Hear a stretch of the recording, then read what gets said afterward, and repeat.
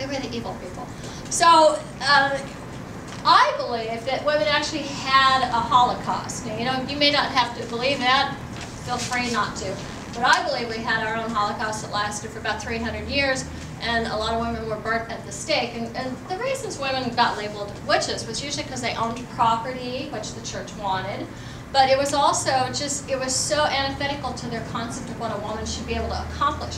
One woman was killed for being a witch because she went surfing. So, and they had never invented surfing. And this woman was on a board out on the waves, and so they decided she was a witch. Any time a woman stepped out of those roles and was doing something, or went back to the old roles, like being a midwife or an herbalist or a witch, anything where she was healing and having power, then that was taken away from her. A sexually independent woman, a promiscuous woman. The way that witches were persecuted was sexual. In fact, I've often thought that it all sounds like a non-consensual BDSM scene. Because, I mean, you know, they would strip them naked, torture their genitals, accuse them of copulating with Satan, and then, you know, drown them usually, if they didn't burn them at the stake. So, that's like embedded, I think, in a cellular memory for a lot of women. And there's actually research out there right now. Meredith Chigers up in Canada just came out with research showing that women have a total disconnect between what's happening with their genitals and what's happening up here. So you could show women porn and they become aroused looking at all of it. Gay porn, lesbian porn, heterosexual porn, and believe it or not, bonobo porn. Which, for those of you who don't know what a bonobo is, most of you do, which is great. I just got to tell you guys, when I go out to speak to the colleges, they don't know what a bonobo is. But anyway, it's an ape that looks like a chimpanzee, but it's not. They're the make love, not war apes. So women respond to all of it. They get very hot and horny. And here's an interesting thing. We've been told that men are the visual creatures and women, you know, respond more to touch and how you talk to her and all this stuff. Actually, statistically, the men and the women both achieve arousal looking at a picture of porn in 30 seconds. So they're absolutely on time with each other. And then they achieve full arousal just from viewing porn.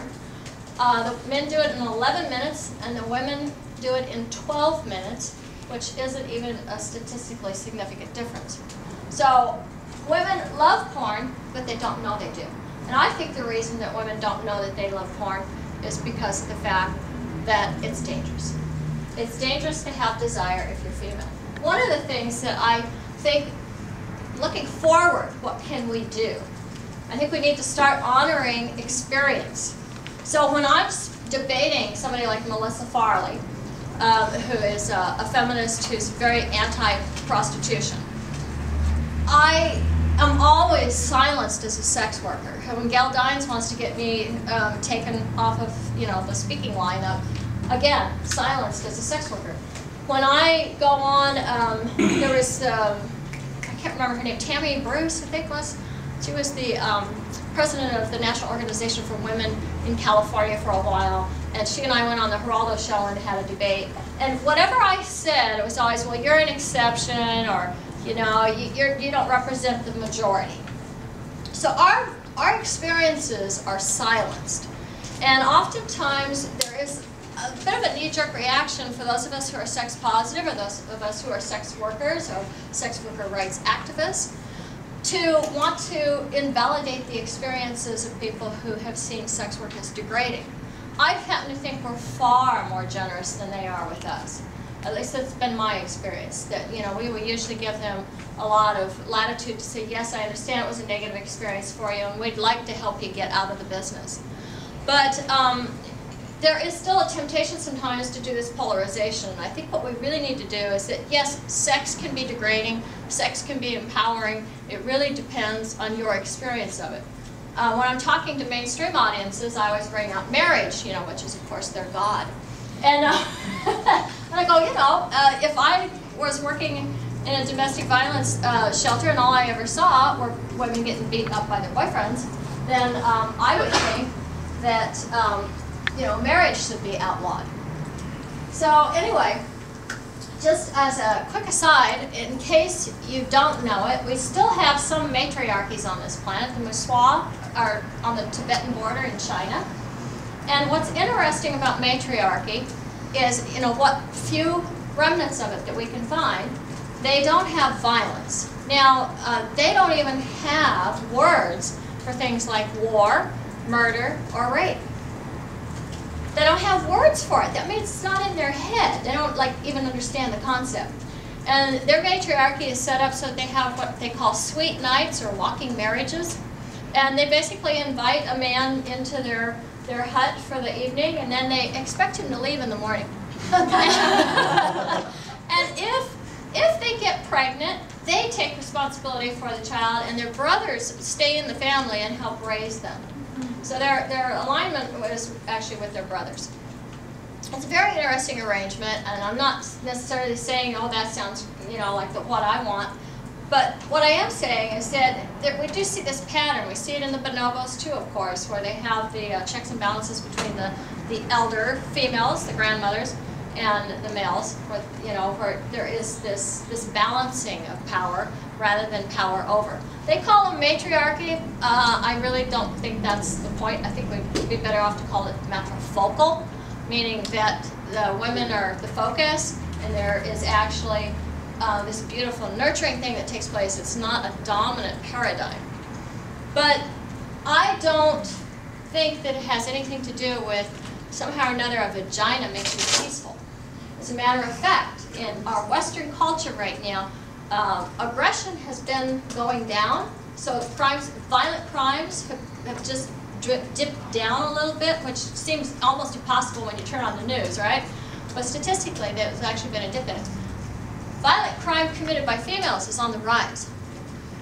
So we're actually becoming a very female violent culture.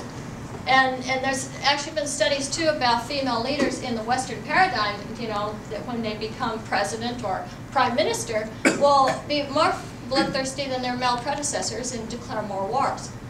So it's not about, the vagina is right, for me. It's about the paradigm that we're all living in. I think that if we're living in a situation where we honor each other's personal experiences and each other's personal truth, and where we're not trying to legislate purity and morality, then we can have a lot more respect for each other, and we can, stop trying to humiliate each other. Social media. 2006, we were going to have, we had our memorial for sex workers on December 17th. We have this every year. And this was in Oakland. We went to a church. We actually sang and danced in the aisles. And we all carried these little red umbrellas.